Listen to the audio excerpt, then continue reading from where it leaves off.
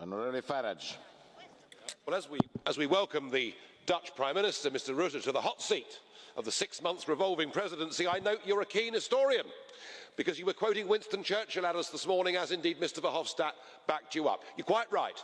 Post-war, Churchill did encourage integration, especially between France and Germany, but made it absolutely clear at all times that the United Kingdom should not be a part of it, and I would like you please to acknowledge that.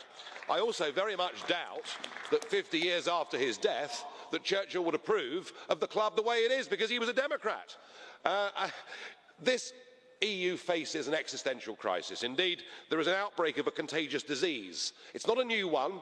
The Greeks first came across it a couple of thousand years ago. The virus in its new form began in Denmark in the early 90s, but was put down with a heavy German hand. There have been a couple of outbreaks in Ireland, but substantial European money again cured the outbreak.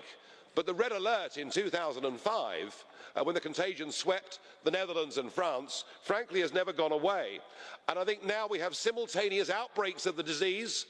In Denmark, it now looks to be wholly irreversible. And in my own country, despite decades of our political establishment denying its existence, a recent opinion poll showed that sufferers may now be actually in a majority. What surprised me about your speech, as the Dutch Prime Minister, is you didn't mention the fact that 427,000 of your own citizens have outed themselves in public, declared themselves to be carriers, called a referendum for the 6th of April, and encouraged the rest of the country to join in. I suppose it must be embarrassing for you. The diagnosis, by the way, will not be popular in this House. The disease is called democracy. And people want to have a say on their future.